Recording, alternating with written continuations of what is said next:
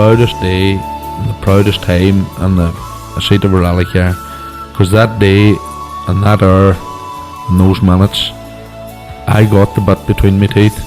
You know, I really stood up and was counted and said, this is not getting away. I remember when we pulled on our helmets and Donald says to me, what are we doing? I said, we're going for gold, Barrett. That's all was said. I can still picture that run.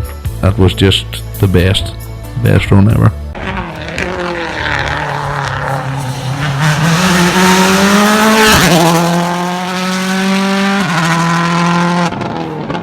Welcome along to Krunching Gears, the Rally Podcast, Season 3, Episode 14. Before we start, can you please like, share, rate, subscribe? All those things make a huge difference. And if you can give us a wee 5-star rating, that would be gratefully appreciated. Once again, Connor, jam-packed show. William Creighton joins us once again. Will's almost a guest co-host at this stage. He's been on so often. But every time it just gets better and better, the news. And then we also speak to Johnny Pringle, who won the two-wheel drive in Mayo at the weekend. And then this weekend coming up, we have round 2 of the Northern Ireland Championship. We speak to Brian Crawford then, who is the COC from Bishopscourt.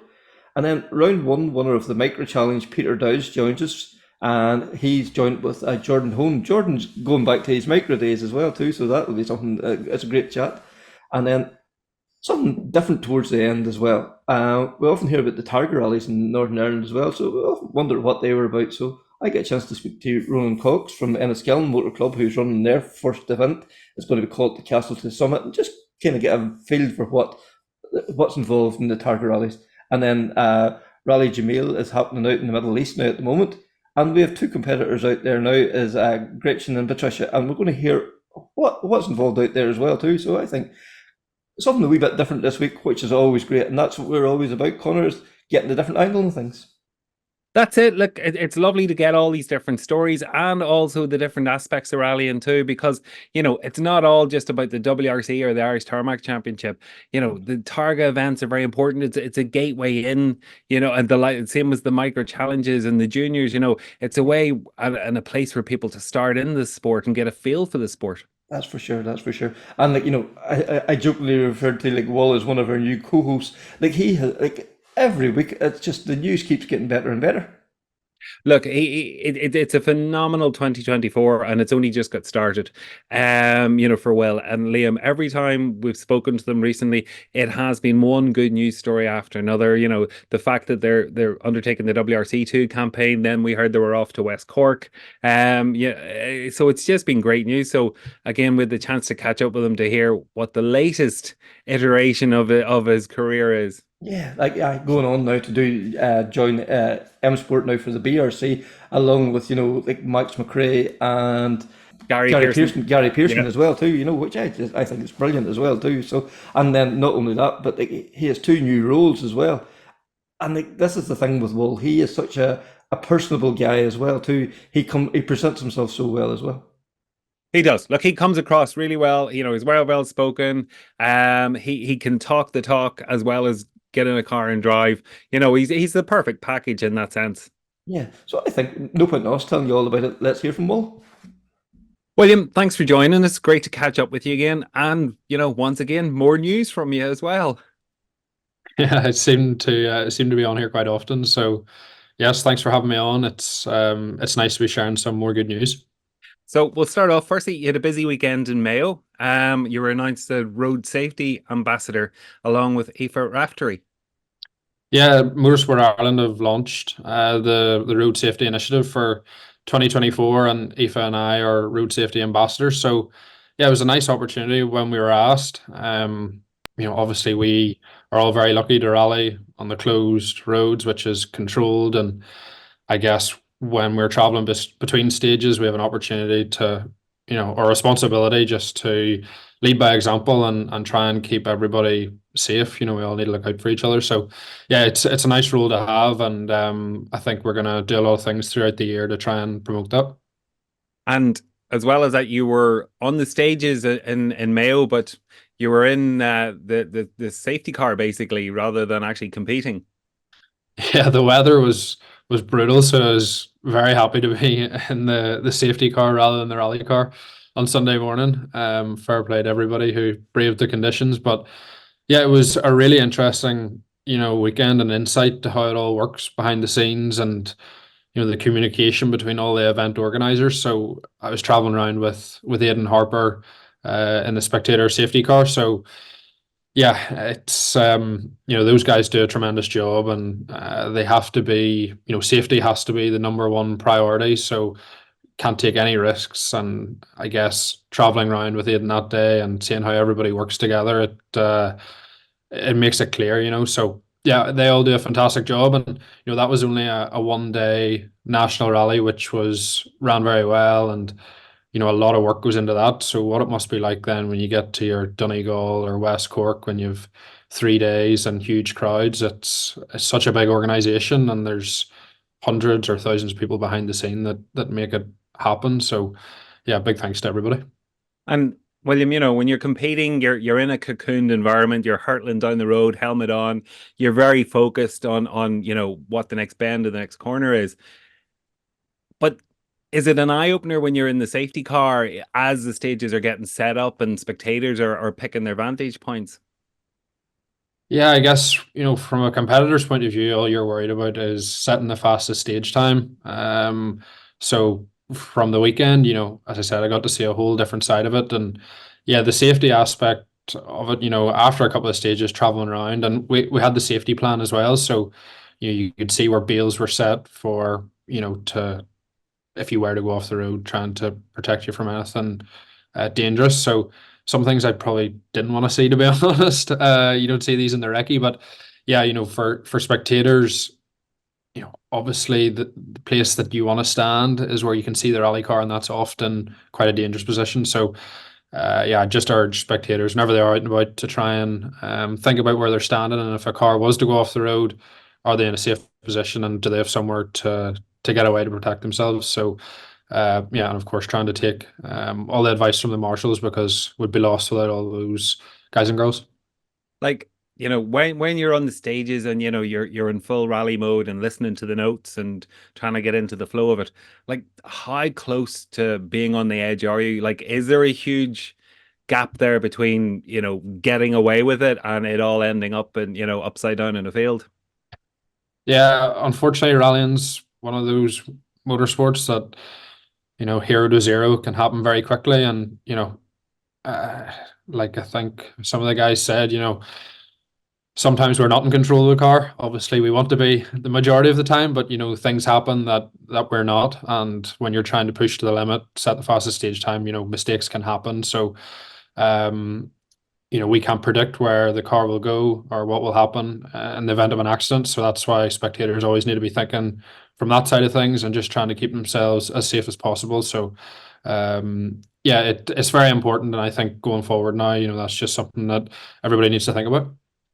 Absolutely. Listen, it's an important message, and the more people that hear it, the better. But look, that's not the only reason you're here to chat to us. So last time you were on, you announced you were competing in West Cork, and now you've got another announcement with regard to the British Rally Championship. Yeah, we're going back to the BRC.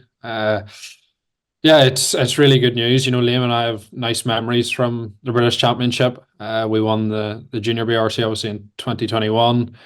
So it's great to be heading back now into the top category with M Sport, supported by the Motorsport Ireland Academy. So it's a huge championship this year with in terms of the entry list, and a lot of rallies there that I actually haven't been to before. It's a bit of a different calendar this year, so it's going to be an interesting year, and a lot of competition there, which is perfect for us because it's an opportunity for us to get seat time, to constantly try to work on our notes, and the opportunity to get a recce, and then do a rally on both surfaces throughout the year. So that leads us into WRC events quite often. So the calendar fits quite well as also. So yeah, a really good opportunity to do the championship and get some seat time to work towards our WRC2 champion. Like, the BRC's had a bit of a revamp. Unfortunately, part of that revamp means, we're not going to see the Ulster or any other events on this side of the Irish Sea as part of the championship. But it certainly means it's getting a lot more publicity and also seems to be attracting quite a few interesting names. Yeah, I think, the depth in the championship this year is, and the amount of competitors is as good as it has been for quite a while now, since they introduced the R5s. So that's really good to see, and that's also one of the reasons why we're there. When we sat down and started talking at the start of the year, one of the most important things for us this season was seat time, and to try and create a championship, out of rallies that you want to use to, prepare and get seat time in the car. To make that all fit around the British Championship is brilliant, especially with the exposure that the championship now has with the ITV TV deal. So yeah, there's a lot of reasons why we want to do the championship, and I'm really excited to get started now. Oh, look, it must be fantastic for you to go back as junior British Rally champion and get to compete again. But I suppose like this is a compliment to what you're doing in the WRC2. That's your priority program, and this is about getting more seat time. And again, also, it's an opportunity for you to work even closer with M Sport.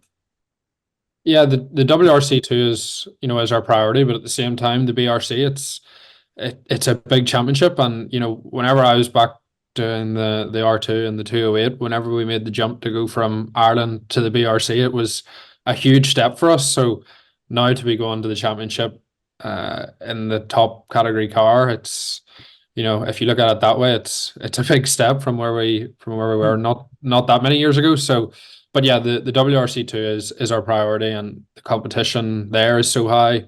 So to go to a championship like the BRC, where it's going to be very competitive this year, I think the pace isn't going to be far off WRC2 speed at the top. So that'll definitely keep us sharp. And as you say, you're going in a top car. Like, we have to remember, this is the car that won the championship last year, and very much we saw M Sport use both the BRC and the WRC2 to further develop the car, but also they use both championships to complement each other in that development work.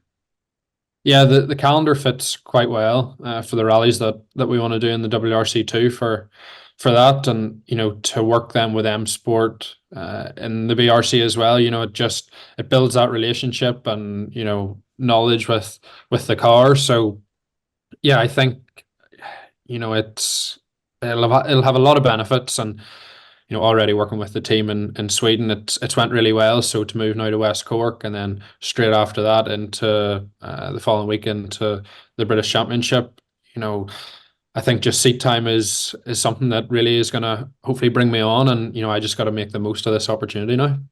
And at M Sport, you're going to be joined by Gary Pearson and Max McRae. Yeah, I'm looking forward to that. Yeah, it's going to be interesting. Obviously Max hasn't done so much in the 4-wheel drive stuff.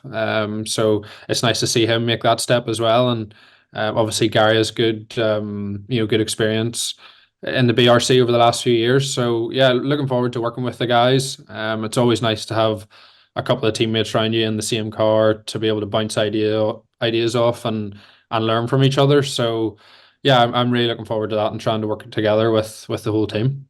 And it all ties in with M Sport's ethos around developing young drivers. Yeah, for sure. I can't. This opportunity wouldn't be here without M Sport allowing me to do it. So, together with them and the academy, it's an opportunity for Liam and I just to keep progressing and trying to improve. Stepping up into the Rally 2 class in Sweden, we know the work that we have to do to try and be in the pace of those top guys. So yeah, it's just about trying to keep improving and just keep working really. And I've got the perfect opportunity now. And this year's BRC, looks like it's going to be extremely competitive. I know there's still more names to be announced, but Keith Cronin's throwing his hat in the ring, Chris Ingram, yourself. It seems like it's going to be a really tough championship.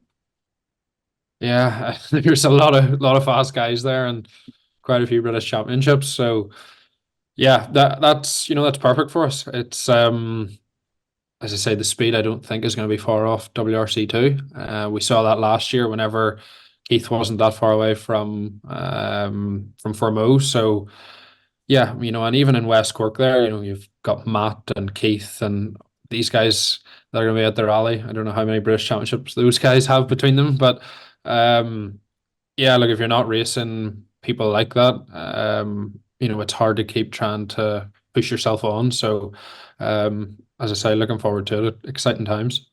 Well, that's it. Again, this is around helping you to get more seat time for your WRC2 campaign, but you are going to be challenged, you're going to be pushed. It's not like, you can sit back and take it easy here. So that must be great to help develop you and bring you on and get you up to speed or keep you at speed. Yeah, no doubt about it. I'm gonna have a lot of work to do to try and stay up with these guys.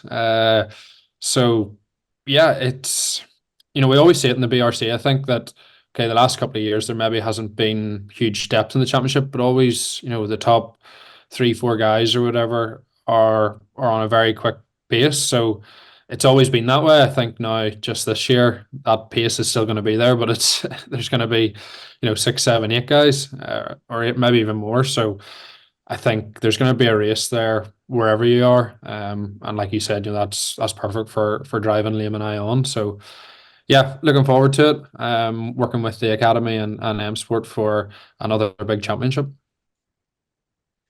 And then, William, there's the extra challenge later on in the BRC when Rally Cardigan comes into play, and it's also a round of the ERC. Yeah, there's going to be a lot of drivers there, obviously, with all the championships coming together. Yeah, that would be an interesting rally.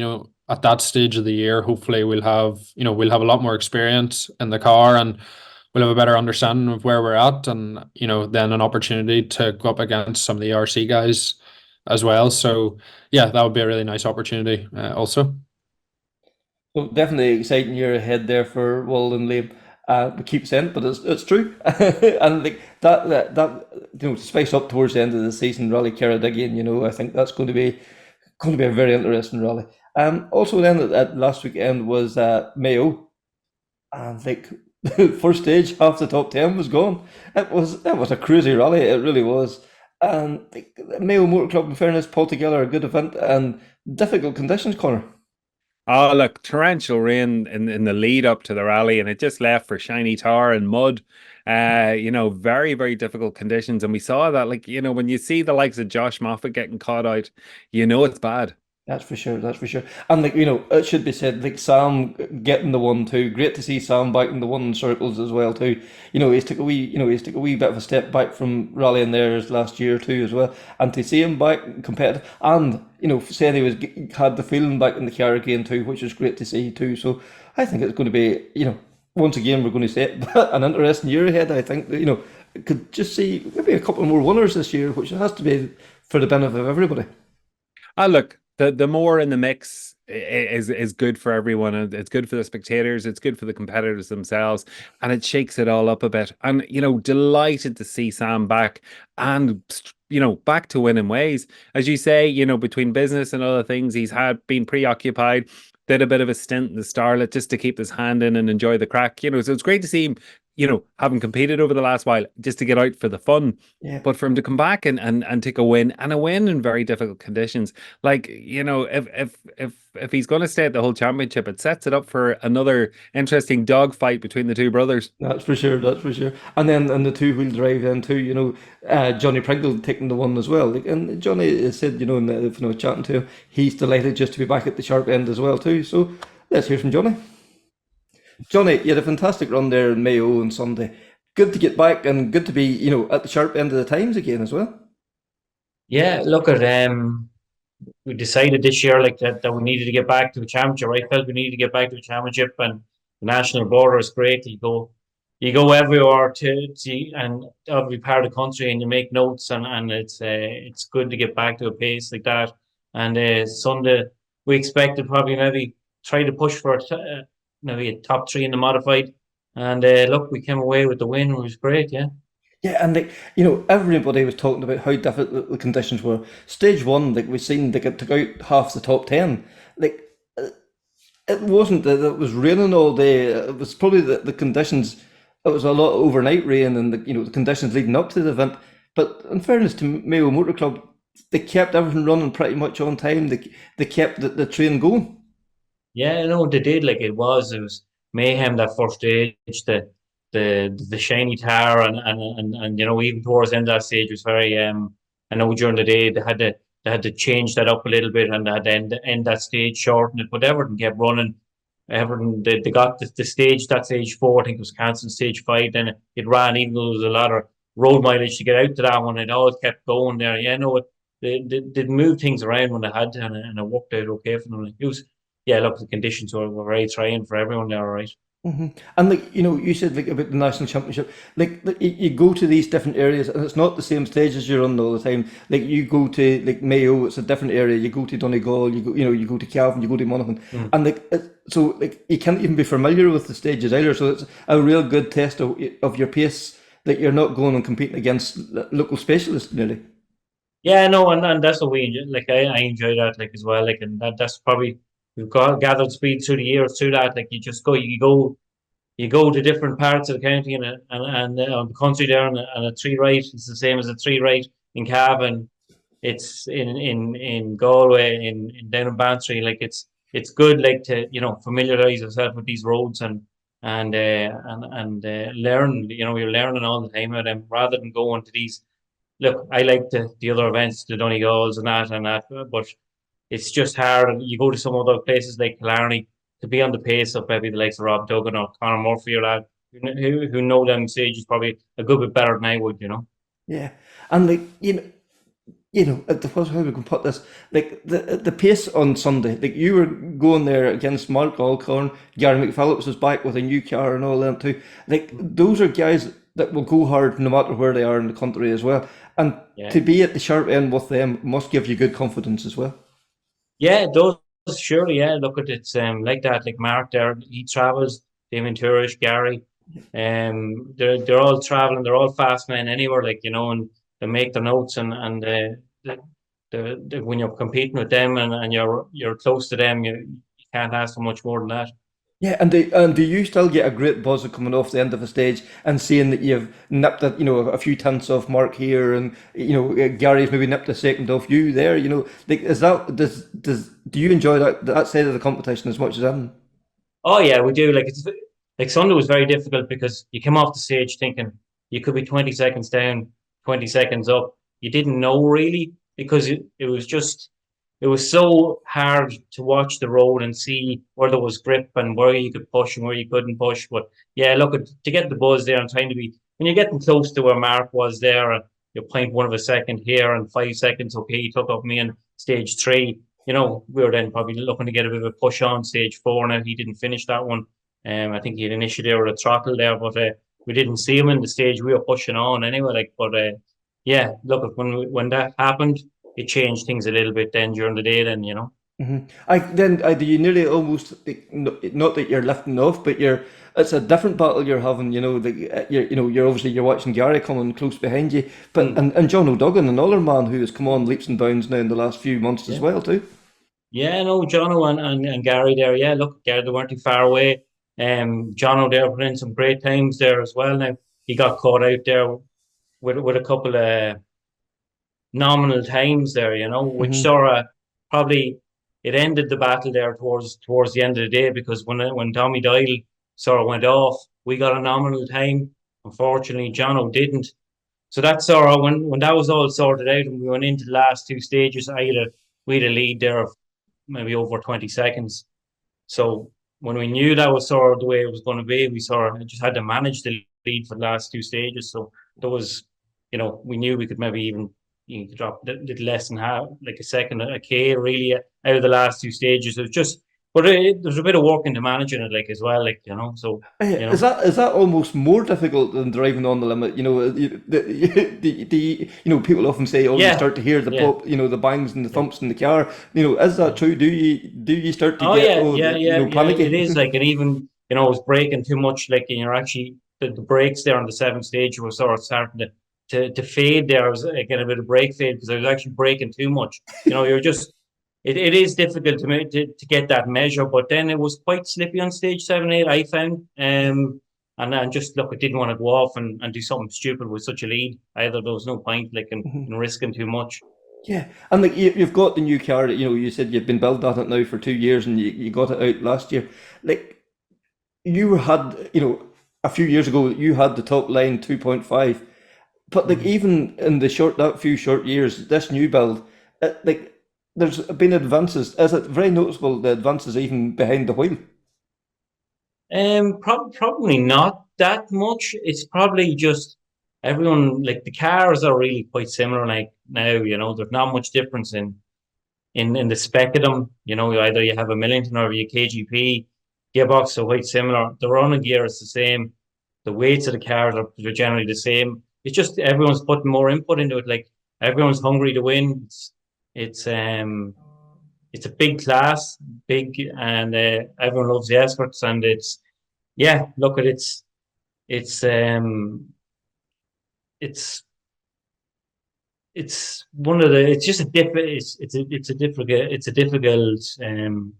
difficult class to win, and you just have to be at everything. The notes have to be right, the tires have to be right, and you have to try and get every opportunity and use it. Hi, like right from the boys' go till you go through the red boards. There's so fine a margin for error now at all. Like Mm. if every stage, it's not you can't have a flyer in one stage and back off the next. Every stage you have to be everything has to be Yeah, right. The notes, the car, yeah, the input, everything has to be right from stage 1 to stage 9 or 20 or yeah. whatever, depending on the event you're doing. Yeah, especially in even the drier conditions and that. Like, I've seen even in the LMC last year where, but probably the last, I think where we lost probably, Richard Bettis on the last stage. I think the last three-quarter of a kilometre of that stage, I backed off in my own head of over one or two corners. And that's what lost you your place in the rally. And that's as simple as it is. You lose momentum and you lose a second or two, and that's it. It's over. Uh, that must be so. It gives you such a buzz that you have to, grab yourself by the neck every time and just right. Let's do this. I want to do this right. Yeah, yeah. Oh, look, yeah, look. There's so much at risk there as well. Like you have, and the cost and everything. Like you have to put your best foot forward there and have everything right there. Car needs to be 100%. You have to be putting on tires. Definitely, probably nearly every service there now if you want to be at the top there with these guys there, and that's what you need to be. You need to put the input into the notes, like as we do notes there on a Wednesday night there, and we meet up. We try and get a bunch of the notes done there on a Wednesday night there before we go to a recce to get a bit of it in the head. Yeah, and like that, is so vital. Then that man sitting beside you. You put so much trust in him and faith in him as well, and to have that good relationship in the car makes a huge difference as well. Oh yeah, look at like that's it. Like you have to have a good relationship with your navigator there, and yeah, look at yeah, bit of a change there with navigator for last year and that. So yeah, look at it's working okay at the moment there, and everyone we're all happy there. So yeah, look, it's good to build a relationship and trust each other and try and drive on each other. Yeah. Yeah. And then, the guys that preparing the car too, they give you a car that you can step into and commit to as well. So they play an absolutely vital role in the whole thing as well. Yeah, yeah. Look, I suppose for us there, like ourselves, that we run our own car there. So it's myself and two friends of mine really there that we sort of take care of the car and run the car and build the car, and so we know the car inside out and we know what to be looking for it, which is a good help to us as well. Like it generally, like it doesn't really give any trouble, like so we're lucky in that way. That's for sure. And like, what's the thoughts now going forward? Is it, stick with the national championship, or would you see yourself maybe dabbling in a couple of internationals before the end of the year? Yeah, well, we have an entry in there. I only seen the entry list up there for West Cork there at the moment. So we have an entry in for West Cork. So that's the plan to go to West Cork and then go to the Grand Prix in Monaghan there where everyone's going to be. So that's the plan and continue with the national border there. Yeah, and maybe Donegal. We're not sure yet. So thanks there to Johnny as well, and looking forward to seeing how he gets on now over the rest of the year. Bishopscourt this weekend, round 2 of the Northern Ireland Championship, and once again it's pulled together a strong lineup there. Like it's, we keep saying it, you could throw a dart at the top 10 there, and you could pick out a winner from it.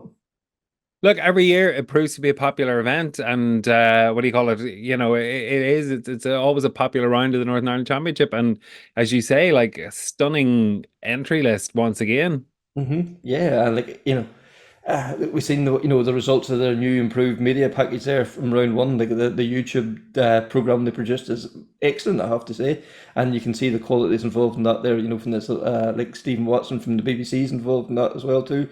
So yeah, I think it's going to go from strength to strength there. So I think we'll catch up with now. First of all, it's Brian Crawford, the clerk of the course for the event, and then that will roll into Peter Dowds and Jordan Hone from the Micra Challenge.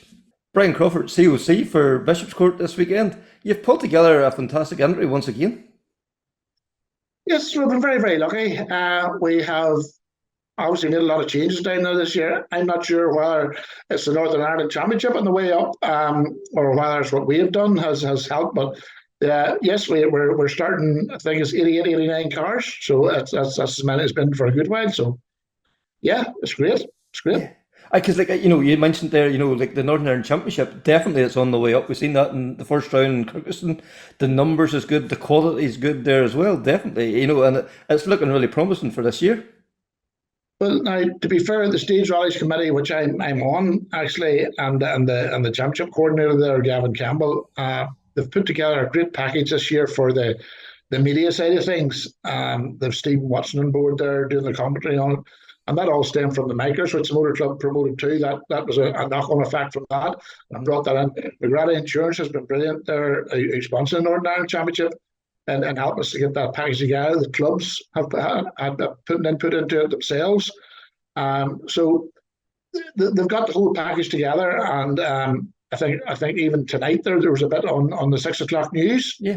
I haven't seen it yet myself, but I've got it sent there in a link there. So it's Aman Kenny and some of the Phillips, Laura and Robin, yes, and but that's now making national news. Yeah, that's now making the news at 6 o'clock. How long has St. Rallian has been on the news? Aye, and it pauses away as well too. Yeah. Oh yeah, yes, it gets on the news for all the wrong reasons at times, but for the positive reasons, you're right, Ken, for the positive reasons, and I think it's great. Great. And that's what I love about the show. And the Micra Challenge highlighted that last year. It wasn't just cars going around down the road or around a track. It was the wee stories behind the story. And this is what we try and promote in this podcast. Rallying's just so much more than just a car going down the stage. It's all the wee details that go into making it happen. Very much so. One of the things that I'm probably most proud of over this last lot of years was Ballinhinch Motor Club took on to run the Northern Ireland Championship. Prize given in the Millbrook Lodge at Ballinhinch, and we brought all the previous champions together from the I think it was 13. Now they were all able to come except one who had a previous engagement and couldn't make it, and we put those guys in the room together, and we didn't do anything else. That's what we done. We just put them in the room together. And we took a photograph of them all together. And you talk about a nice crack we had, boys just talking to each other, hadn't seen each other for years. All the previous champions, every one of them was there except one. And we thought, well, sorry, two, Glenn Allen obviously couldn't make it, he's passed away. But Stephen Wright was the other one, couldn't make it. But I say that rally boys don't really need entertainment, they can entertain themselves. There have enough stories among themselves to entertain, and of course there's the old cliche, the older I get, the faster I was. That's for sure. And you see the hands starting to go and they start to slide. Yes, and turning right in the seat and all. But you also mentioned there at the start too the work the club has put in. Anybody that's been following Ballinhinch Motor Club online, they've seen the work you've put into Bishopscourt. You've listened to the competitors. Competitors were saying, "Oh, we're getting blocked behind guys doing the double loop and one thing and another." You've took this on board and trying to change it around, and you're producing a good length stage and no double loop. Yes, we last year it's been our Achilles heel for years, catching, and there's no way to sort it out. There's more than 30 seconds between the fastest boys and the slowest boys, so it's impossible to sort it out. There's just no way. Either the middle boys are going to catch, the fast boys are going to catch, or the slow boys are going to catch. Somebody's going to catch. So last year we promoted passing places. Now, I've been around rallying a long time, and I've been the first few cars in my lifetime. Rally drivers don't look behind them. They're not racing drivers. Racing drivers will look in the mirrors or whatever. Rally drivers don't get, they look straight ahead or out the side window, whatever you want to do. And whether maybe they don't know somebody's behind them, maybe they don't want them to pass. I don't know. but the passing places didn't work. Yeah. So after the club meeting, or after the Bishopscourt last year, we have a lot of competitors in our club, a lot of competitors, and they're all coming with this. Yes, this is a problem. What are we going to do? What are we going to do? So a few of us went down to Bishopscourt, and we worked out what we could get. Now we're even using the car park. We're actually using the car park where spectators parked last year with another car park, obviously, but we're actually using the car park. We are right, there's not another inch in it. And we have stage 4 point, so an average 4.5 miles, 4.35 and 4.65 miles, I think it is. We've had a track machine in there for too long. I'm getting a bit worried about it. A fella, Jared Haynes, has been very, very good to us, but he'll be okay. But he's a rally interest, and he's from down that area, and he has been in there. And he knows what we want, and he's been doing it. So it's all sorted out. We'll put new concrete in to get that mileage as well. So we're doing one lip. Yeah, and it's roughly 4.5 miles. Yeah, and we talk about the club, as you say, it's a club of competitors as well, and they're not scared to, obviously voice their opinion, but they're not afraid to put in the work either as well. Like there's photos up online, there've been guys out with shovels, making this happen as well too, and that's great to see that everybody gets involved. It's not just left to a few. There's a lot of people involved in this. Well, we don't at Valentine's Motor Club. We don't have a hierarchy. We don't have whenever we have events or dinners, we don't have top tables or anything. We don't believe in that. Everybody's the same, and the work needs done, and whether I'm doing it as chairman or whether somebody else is doing it. But they're a great bunch of guys and girls. They really, really are. But they're also very friendly to each other, and I mean, they know the name of each other's wives, and they know the name of each other's kids and dogs, and they're friends. Mm-hmm.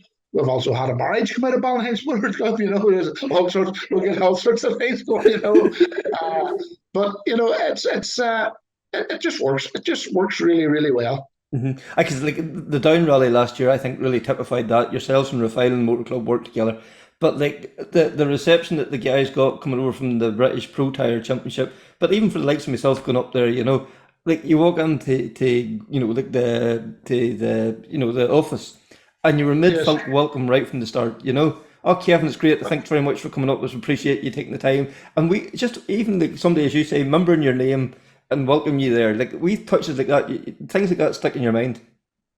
Yeah, these silly things, all right, the weather worked against us last year, and we got in a bit of a handling with the field beside Phillips's Volkswagen there while scrutineering. But the manager out of Phillips's, Roy, he said, oh, I think I'm maybe giving everybody. The year before, he had done burgers for his workers. And he says, we could maybe escalate this. He says, why don't we just do burgers for everybody?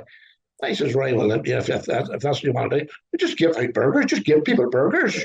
And they arrived at scrutineering, and these people from the Pro Tire Championship, they couldn't believe it. Where do you pay for this? No, you don't pay. That's on the house. So don't you worry about that. And they couldn't believe that this was happening. Seemingly, people don't give food away much in England or Wales, so wherever they give it away. And there was nothing wrong. They were great burgers. They weren't out of date.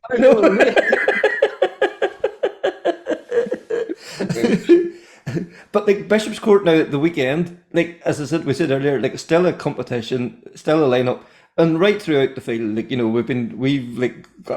we talk so much here about the Micra challenge, but right through 2-wheel drive, the junior categories, everything, every class, it's got down now to it's tenths of a second everybody's fighting over, and I think rallying north and south at the minute is in a really healthy place.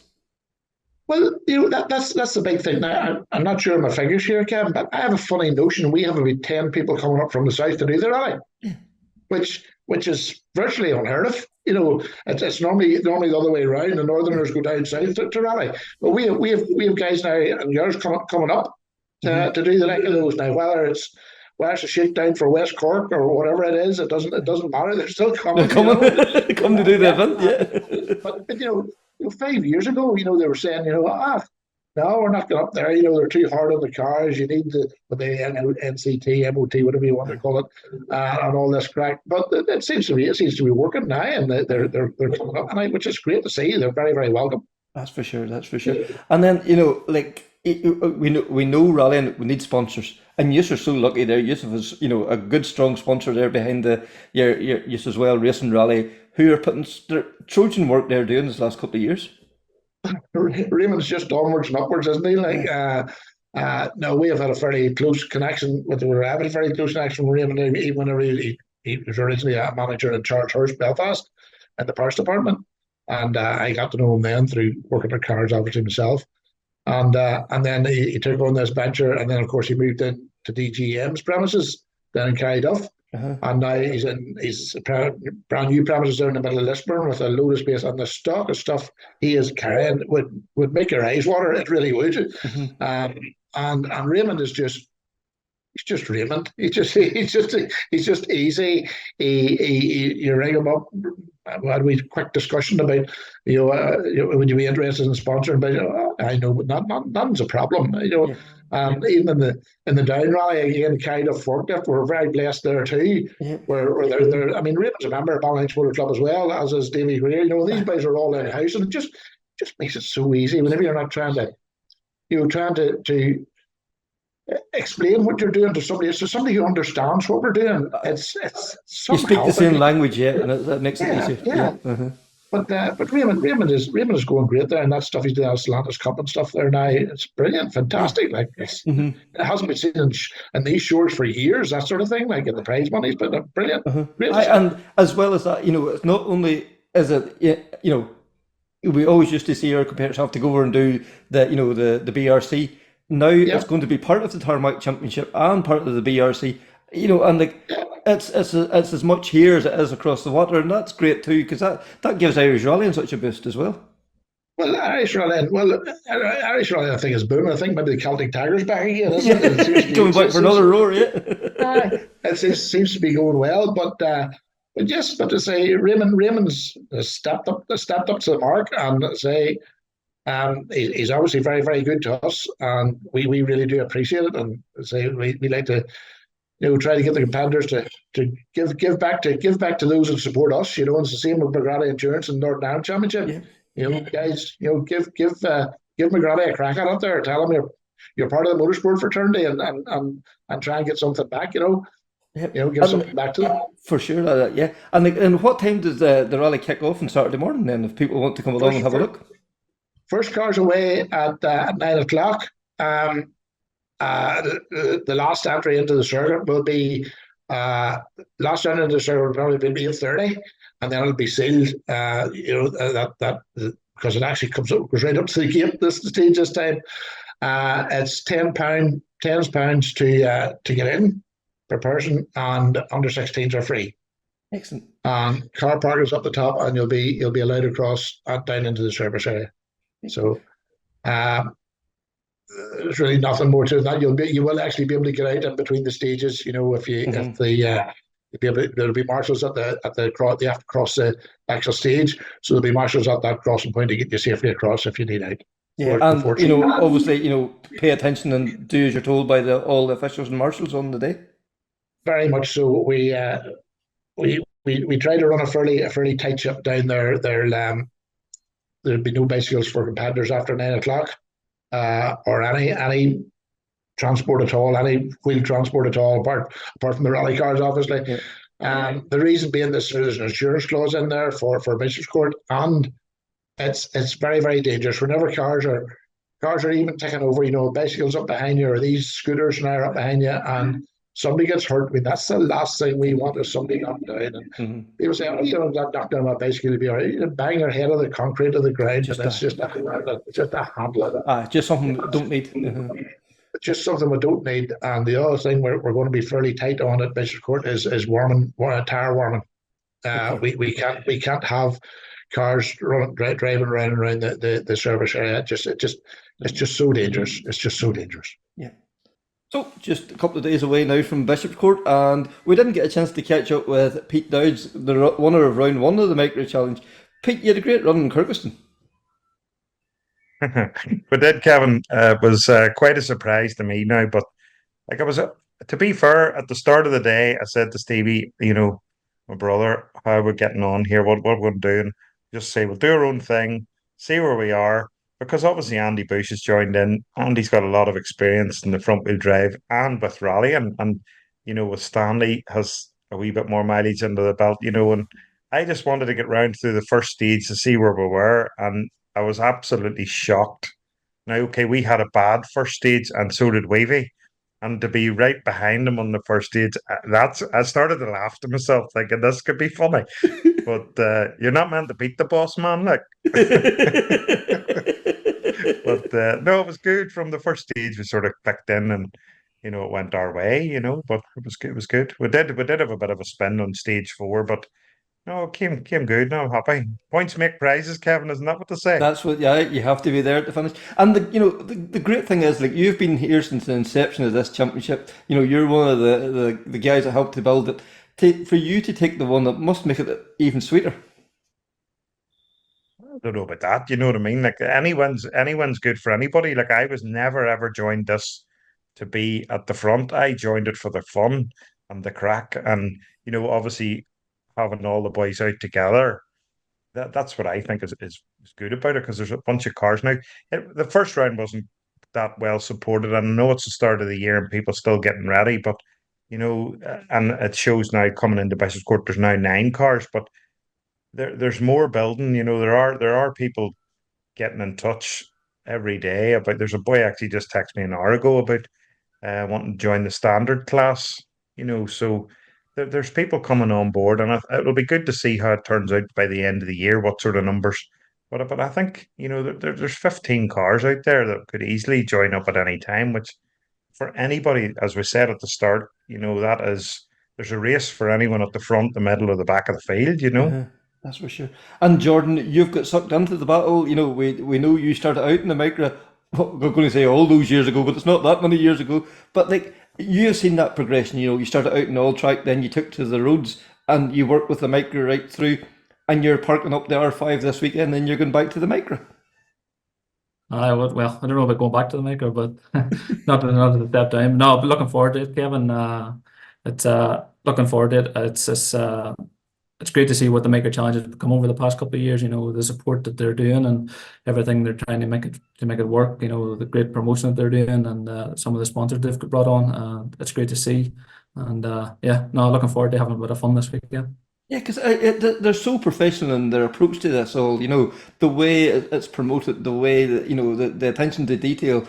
Like it's a very promising and exciting championship, and it's only in its second year, and there could be up to 15 entries. Like, that's great to see. Brilliant to see, as Peter's touched on there already, the competition that's there between the front or the middle or the standard classes as they brought on this year. It's great to. It's yeah, great to see. They've been very well supported with the Bishopscourt with 9 entries, as Peter has touched on, and hopefully as the year progresses, more will come on too. That's for sure. And Peter, like the standard class this year, that's a new initiative as well, and that's really aimed at somebody starting out that maybe has never doesn't know anything about rallying or has no idea, and keeping the cost down, and this could be could allow people to come and compete that maybe never thought that opportunity was there before. Yeah, for sure, Kevin. It would be good if people actually did go back to the days when you could go and get a basic car, stick a roll cage in it, a couple of fire eaters, and blah blah blah, and seats and belts. It still takes a bit of money, but you can do it very basically, and picking up a micro and going try and do it. It would be good if there's people do come on board. Certainly, we've now got 2, maybe 3. I think there is this weekend, and there are people talking about it. So, and that we know that there's another guy building a car for the end of the year. So, there is the word's going out there, and there is people building cars, and no rallying's cheap. Like, we all know that. You know what I mean? Like, it's not. It takes hard-earned money to do it, but for sure that's one of the cheapest options to get into the sport. That we see anyway. Mm-hmm. Yeah, because there was somebody there in Kirkstone, never done a rally before, has no real background in rallying, but to become there and compete and won the class as well too, to come away with a piece of crystal, that must have been it must have been magical for that guy.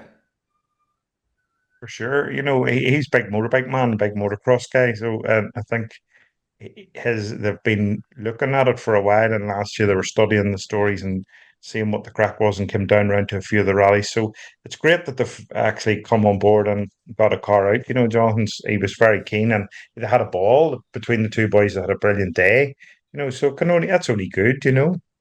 Yeah, because it might, to seeing them the way that they were portrayed in the YouTube video and all, it might encourage somebody else to go, I can do that as well. Yeah, for sure. And that's what it's all about. We have got the program is definitely going to have a bit of everybody in it, and that's what it's about. Anybody that signs up, you get on the program and you can promote yourself and do whatever you want on whatever way you wish. Yeah. But and okay, the main series has now got TV coverage this year, but for us with 9, 10, 12 competitors, everybody's going to get shown and everybody's going to get interviewed at some point through the season. Yeah, because just for the guys that introduced the television or the proper coverage to the championship, it's not that just benefiting from their coverage; they're benefit from your coverage. Well, that's what it was all about. When we set this out at the start, you sort of think, right, what's the best way to do it? We want to get TV, and as I said to you before, like I phoned Stephen Watson, and known him before, and it was through a very loose conversation. How could we do this? And he said, "Look, I'll sort it for you. And I'll help you and point you in the right direction." And that's how it all was born. And it's been only good. And as you say, like it's now the others have followed our lead. But there's always wee bits that you want to tweak and you want to change and make the next step. So we're looking into other wee bits and pieces that we can try and jump ahead of them again and do something different or something special. So with that's my next goal. To try and do that. So I'm not saying too much, but we'll do something. Watch this space. Well, we'll see. And Jordan, for you now to get the opportunity to go back, into the Micra with your dad as well, getting your dad back as well too. I think it is really getting the old band back together, the car, the team, and you just work on the car yourselves as well. This is it, Kevin. We're every hour that it comes our way, we try and try our best to make it work, and trying to get the car ready for Bishopscourt now. It's been busy couple of weeks, but no, looking forward to it. And I don't know where we'll be at between myself and my father, where we'll be at with this, but rightly where you'll be at. we can only try. I between Philip and Peter and Stanley and Andrew and even Watford, they'll be hard work, I'm sure. So no, we're looking forward to it, and as I say, it's a bit of fun for us, and hopefully we'll be thereabouts. Yeah, because there's guys you mentioned there. Like any one of them is there capable of taking the one. Like that just shows you the level that this championship's at. Like Stevie Watford, like I said it before, I think he's one of the most naturally gifted drivers ever come out of this country. Full stop. And like for you to go and get a chance to compare yourself against him, Andrew Bush, like he has Super 1600 cars, historic cars, now into a Micra. Stanley Orr, where do we even begin to talk about Stanley? Like the amount of titles that man has won. So for you to go there, like you talk about rallying against your idols, that must be nice as well. No, of course, it's somewhere to bench yourself off against. As I say, I don't expect to be anywhere near them, to be quite honest. Just as I say, going for a bit of fun and seeing how close we can actually get to them. Yeah, and like Peter, then the younger end, then you have Jordan, and then you have Philip White as well. And like as you said earlier, there's something here for everybody. It's not all young people. It's not the more seasoned competitor. There's a good mixture of everything, and everybody gets in together. Well, that's it, and that's what we're trying to do. That the race, like the cars are pretty evenly matched, across. There's very little in them all. You know what I mean? You could have a wee bit here and a wee bit there, but there's not.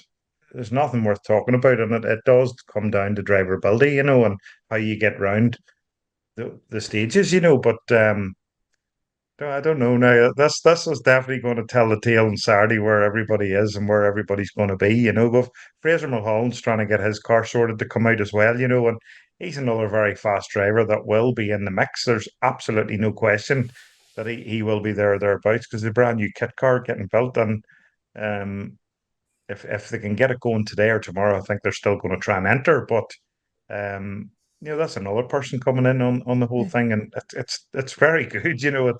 It'll help everybody and push everybody on.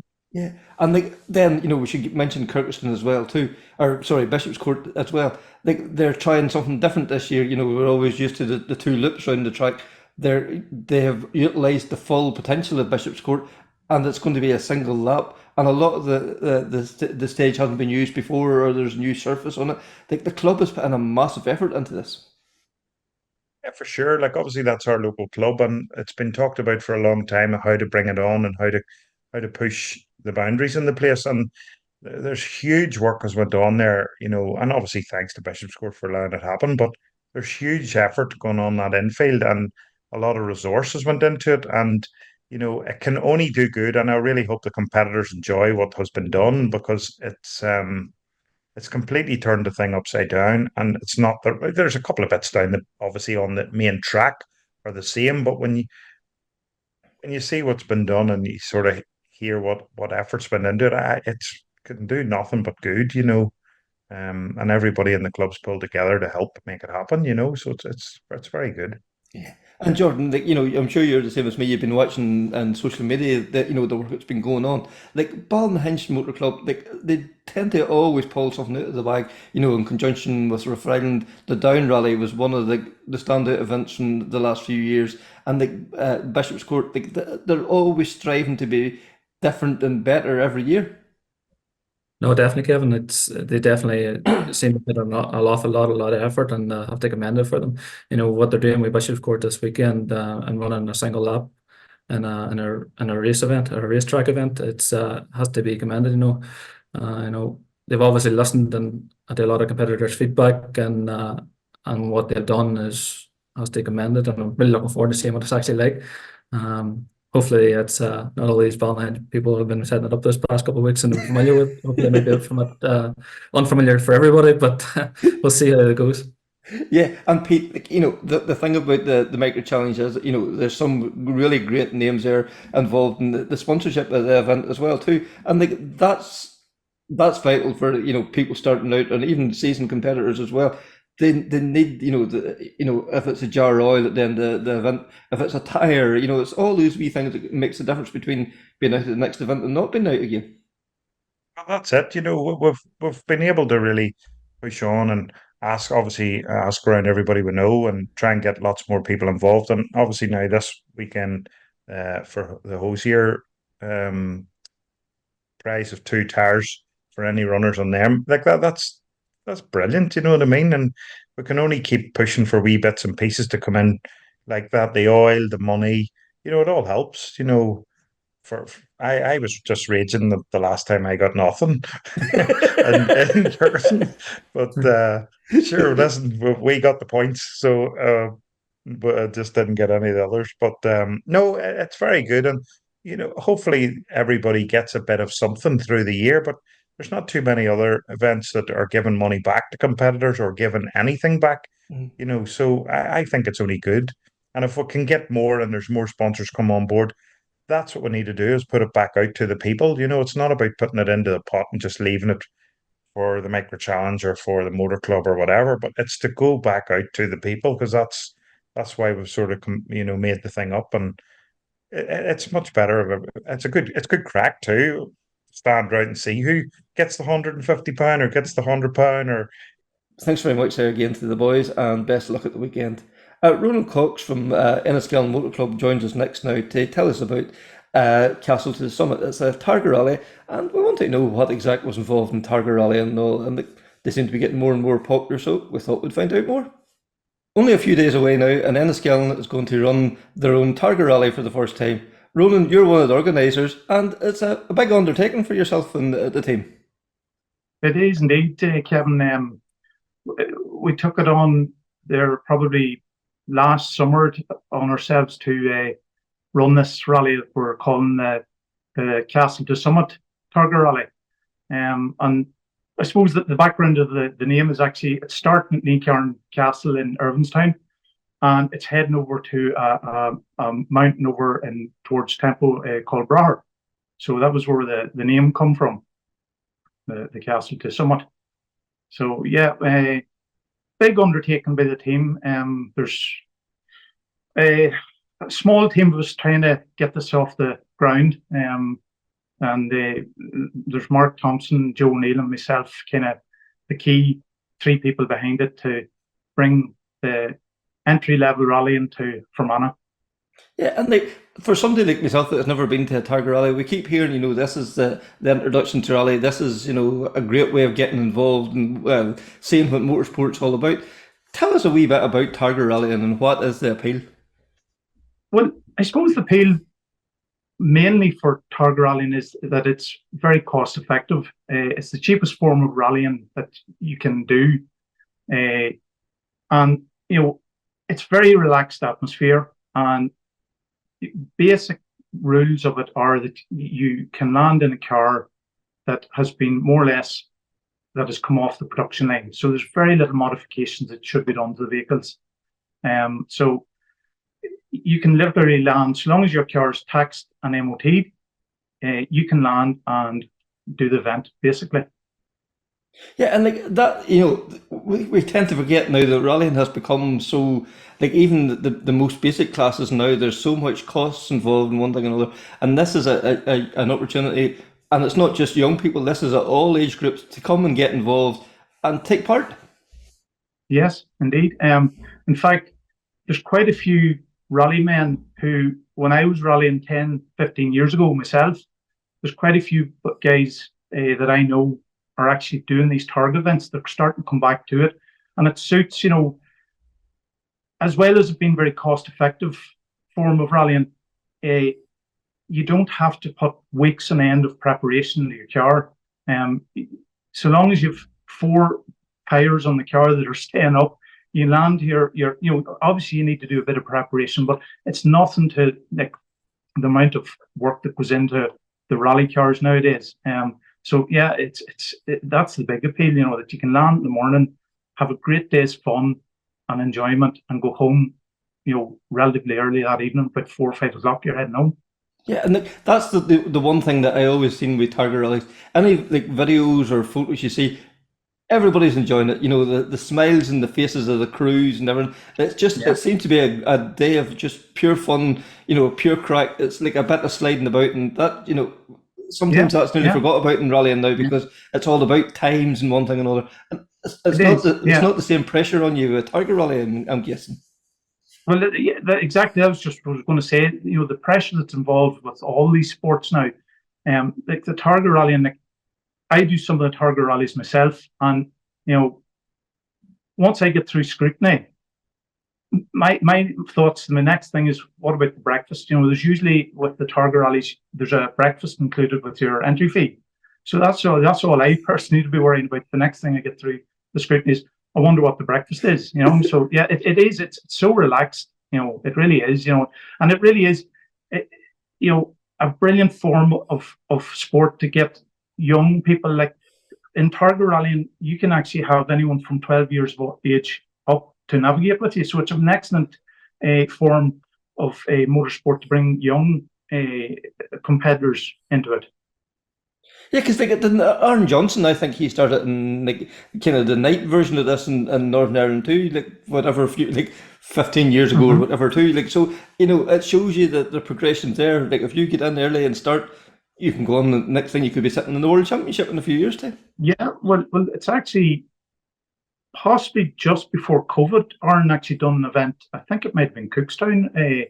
But it was definitely an event that I was doing there about 3 years ago, and Aaron actually was doing it too. And he was a high-profile competitor then too. Like another high-profile competitor that we have doing our own event here is Alistair Fisher. Yeah. And it really is brilliant to see the Fisher name doing a local event here in Enniskillen. And his own father would have done a lot of local events in the Lakeland Stages rally and that. And I was actually chatting to Alistair earlier in the week, and he's really looking forward to getting out and supporting the club as well. Brilliant, and that's what you say. Like it's it's a family affair. Like, you know, his father done it, his uncle Bertie, like, supported Enniskillen Motor Club. You know, so many events over the years, and like to see that continue, and like, you know, many people might look at a Targa rally and think, oh, you know, not for me. But like, it's there. It's, you know, it's a day's out. It's a day's fun. Yeah. I'll tell you a wee story, Kevin.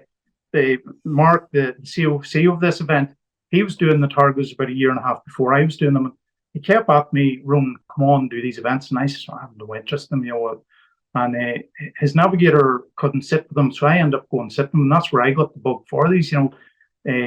For the Targas, it was just when you do an event, you see, actually, these are a really good crack, and, you know, value for money. You know, you just couldn't get better. And I was coming back down the road with as big a smile as, you know, having done, say, the circuit that I've done or whatever rally event. You know, it really was, you know, a change for me. You know.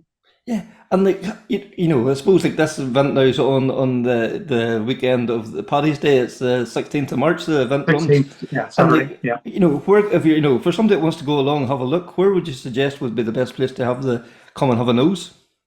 Well, probably the whole Targa rally is based in Leacarn Castle in Irvinstown, and there's great place to spectate there. So yeah, that would be probably one of the best places to go and watch in Leacarn, you know. Yeah, and what time would would you expect to see the crews there? Well, the rally would start. First car will start at 10 o'clock, and it'll be back through it. I think it's around 1 o'clock, and actually, I think it's 10 o'clock and around 12 o'clock and 2 o'clock, something like that.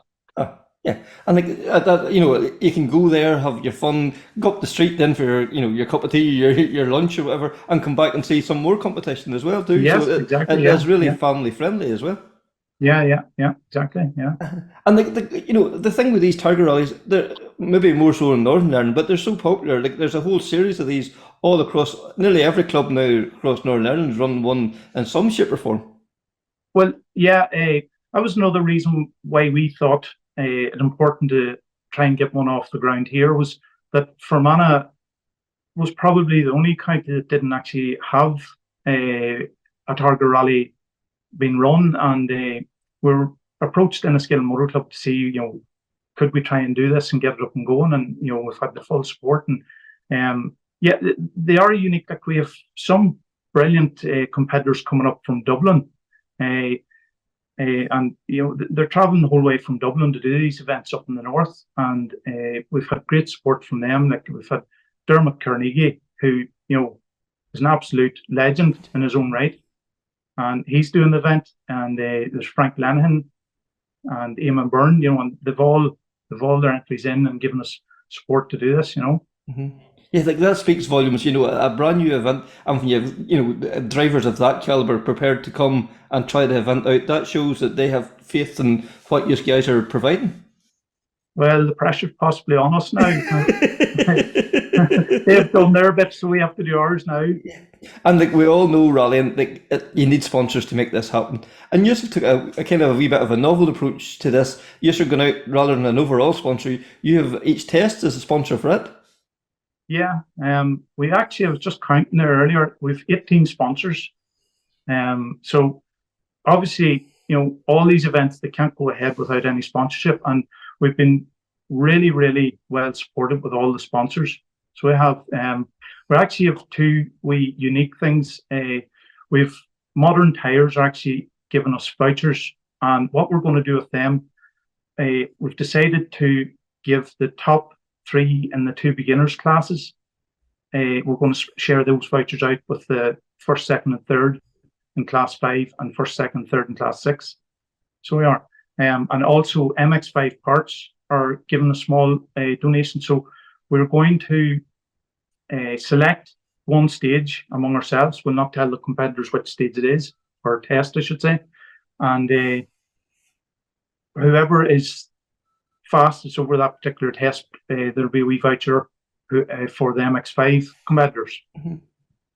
Yeah, that's a nice, it's nice to give back to those that are supporting you as well too. It's nice to get the class award, but something like that, like the wee kind of like drive of the day almost, it's a nice touch as well. Yeah, yeah. I suppose our thinking behind the class 5 and class 6 is that is the two beginners classes, and we just thought, for people that are out maybe trying this hopefully for the first time, it's another opportunity to maybe win a wee voucher. Yeah, and it might be the difference between them coming back and doing the next event than maybe not being out for another year. That Exactly, a few yeah. quid could make the difference between of getting a set of tires or not getting a set of tires. Exactly, yeah, exactly, yeah. Mhm. And we all need the tires to do these. That's for So sure. it is, So the other thing we're doing too, we're slightly different approach with the prize giving. What we're actually doing, we're doing a wee different slant, and that rather than giving out crystal trophies, we're going to do a photograph print for anyone that's finished in first, second, third in their class. It's just something different, and we thought we'd try it and see how the competitors react to it. yeah, because it's lovely to have a memento. Competitors always say, if they get a bit of crystal, that's another dust trap or something. But to have a photograph to remind you of the day, I think it's a lovely wee touch. Yeah, but it's certainly different. The three of us that are organising this, that we're trying to just have different ideas and new things, and that was one of the things that we come up with. Rather than, as you say, the crystal, it's something that you can put up on the wall and always kind of admire. Mm-hmm. Yeah, so best of luck with the event now, and not this weekend, but the following weekend. And by the sound of things, it's going to be a huge success. Yes, look, thank you very much for having us, and look, we hope that we have a great event, and we'd also like to thank the whole competitors that have supported us on this event. Aye, and for any information for competitors or somebody that wants to go and watch, Enniskillen Enniskillen Motor Club Facebook page would be a good protocol that keeps updated very regularly. Yeah, so we're trying to keep a few updates. So we're trying to update the competitors and marshals on Facebook. So if there's any wee updates, we'll be posting them up on Facebook. So it's Enniskillen Motor Club. So it is. And marshals sign on again will be on Rally Score for any marshals that are possibly want to come out and marshal on the event. Be greatly appreciated for their support, and they can sign on Rally Score. So thanks very much there to Ronan. I have more of an idea now what a Targa rally is. Connor, also this week we have Rally Jameel taking place in Saudi Arabia, and we have two competitors from Ireland over there taking part as well. Yeah, it's a navigational event, and it's time to coincide with International Women's Day on March the 7th when the event ends. And it's great. What do you call it? We've Patricia and Gretchen taking part representing Ireland and Motorsport Ireland, and it really is. It's a phenomenal opportunity, and it's putting the ladies on the world stage. That's for sure. And that's what we're all about here. Celebrating the best of Irish, and to see them out there representing Ireland. And it's just showing once again that we can take on anybody and we can hold our head up high, and that's what it's all about, So we'll wrap it up at that. So that's season 3, episode 14. Thank you very much for listening as always. And we'll hear from Gretchen, and she's going to tell us how they got on their first day behind the wheel. Day 1 complete out in Rally Jameel out in Saudi Arabia with myself, Gretchen, and with Patricia. Yesterday we had our ceremonial start, which was so exciting. Today we completed approximately 490 kilometres, which is from Cork to Mallinhead roughly. So it was challenging but so exciting. We came across loads of sand dunes, camels, we had average speed controls, we had speed zones, came across loads of different terrains. So very exciting, very busy, and we're really looking forward to tomorrow.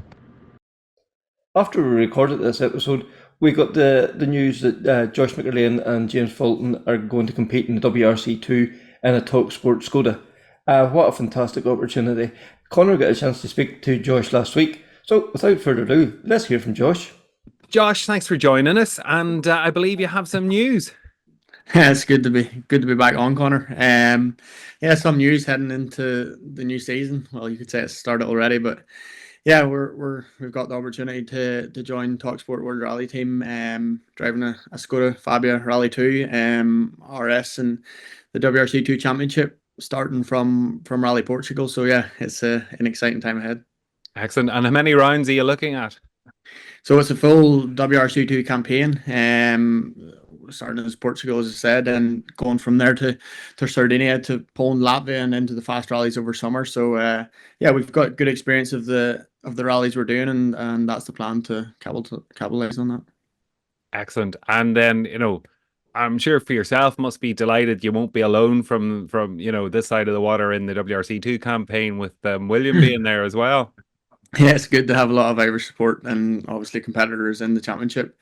And through obviously the academy, it's been the main supporter from day dot in the World Championship in our program to get there to date. And yeah, to have two members at that level in them cars is definitely an incredible stat to have from an Irish point of view. And yeah, to have William there to even talk about events and let's say use him as a outside teammate, if you would say, with obviously the academy links is very useful for me and yeah, everyone involved to keep on pushing the academy forward. And what do you call it? You spent, I think, was it late 2019? You started out in a Hyundai i20 R5. So, obviously a change of cars, but you become very familiar with the i20. Yeah, like Hyundai was really only R5 or Rally 2 car I've drove to date. Obviously the support from Hyundai Motorsport Customer Racing and Philip Case as well, PCRS Rally Sport has obviously is not gone unnoticed, and I'm very thankful for their support and effort, and yeah, the journey we've had together.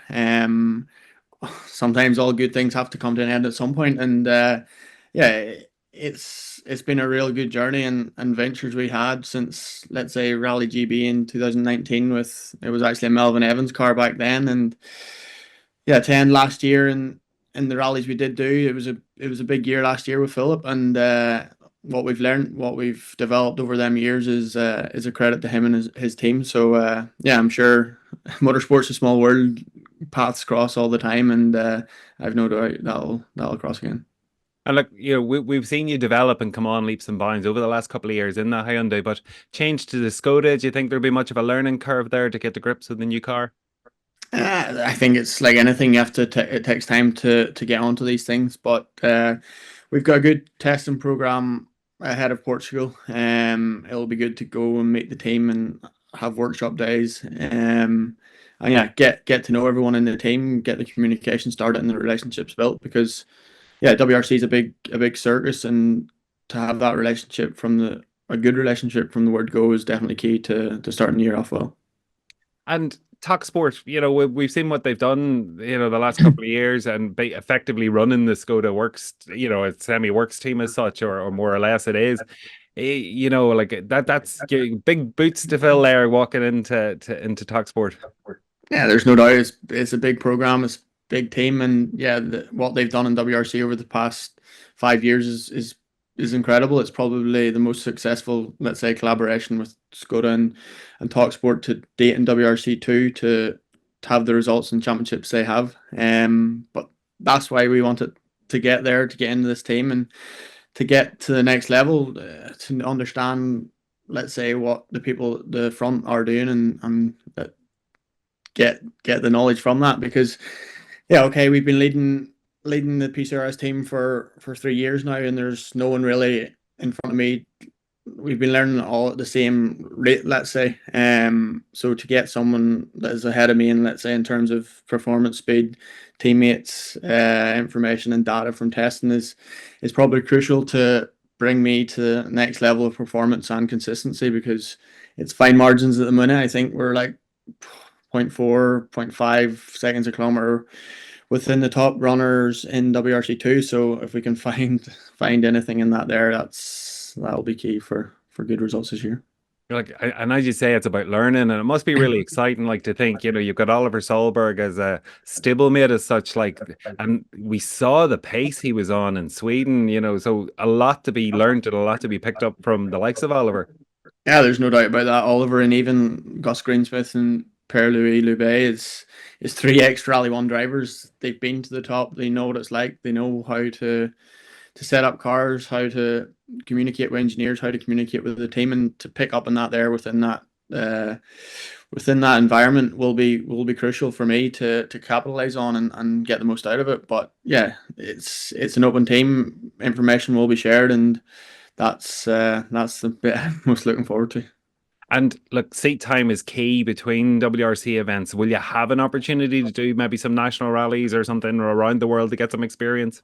I'm not so sure about the national rallies, but definitely the testing program that the team are offering is very good. And yeah, I think national rallies is good, but testing is probably even more important going into a new team, new car, and new people, because you can try different things. It's not only that the team have the experience of the car; they don't have to go searching for, let's say, the base setup now. I think it'll be more fine tuning to a certain driving style of that there, but yeah, it's all go from a WRC2 point of view, and hopefully we can squeeze in some national events if we can. And look, this is a big step up to the likes of Talk Sport. It's not easy done. Like, I'm sure you've got a lot of support behind you. There's no doubt about it. As I said, the academy has been behind me since day dot in WRC2, and John Coyne, the belief and the investment he's put into me over this past 3 or 4 years is incredible, and it's sometimes I wonder how he gets the motivation or the energy to keep at it. But yeah, he's been behind me, and it's good to have him back on board this year. He's as interested as everyone else, and he wants to take the next step, let's say. And yeah, through the academy, we've had an academy day there the other day in Athlone, and yeah, to see the new people coming up as well, it's motivation for them to see where the likes of me and William got to, from J1000 to Rally 4, Rally or R2, and up through the ladder. So it's not only it's good for us, but it's good for, I think, the whole Irish rallying community to see the steps taken. And look, exciting times as well to be taking that step up when we're potentially looking at a round of the WRC in Ireland next year. There's no doubt about that. That would be the ultimate dream to land there. Obviously, Motorsport Ireland, they're putting in a lot of work to get it over the line in the coming weeks and months. But yeah, I think there's no doubt that they have the resources and capabilities of running a top class event. And yeah, obviously the stages are the best in the world. So I've no doubt it'll happen. And we saw James had a great result with Chris at the weekend there in Portugal. So that must be a good bonus for you, as Portugal's going to be, yourself and James's first event. Yeah, James has got a lot of experience now. Even working with Chris and Craig, these guys, what they can offer in terms of knowledge and the small details is always fed down to me through James. And yeah, to have him back on board this year it's one complete package, I would say, with obviously through the Skoda and Talk Sport, and yeah, to have James back in the car, I would say it's the final piece of the ultimate puzzle to get a program together. And yeah, we're looking forward to getting started. And look, Josh, as we've discussed in the past, rallying isn't cheap, and it's not easy to put a package like this together. So, I'm sure there's a lot of people have come out to support and help you in the background. Yeah, there's no doubt. There's a lot of people supported me from day dot, and to have them on board this year again is an exceptional. With Lanny and I, family relation is Conor McCluskey and Brian McCluskey. They've supported me from J1000 right through to now, and as well as SDC Trollers and Paul Riley from Admore Air Conditioning. Yeah, there's a lot of people to thank to get everything in the package. A lot of local companies still on board, and yeah, without these people, nothing would happen. And yeah, okay, the academy is the main supporter behind this, but there's a lot of other people involved. So yeah, it's a big shout out and thanks to them to make it all come together.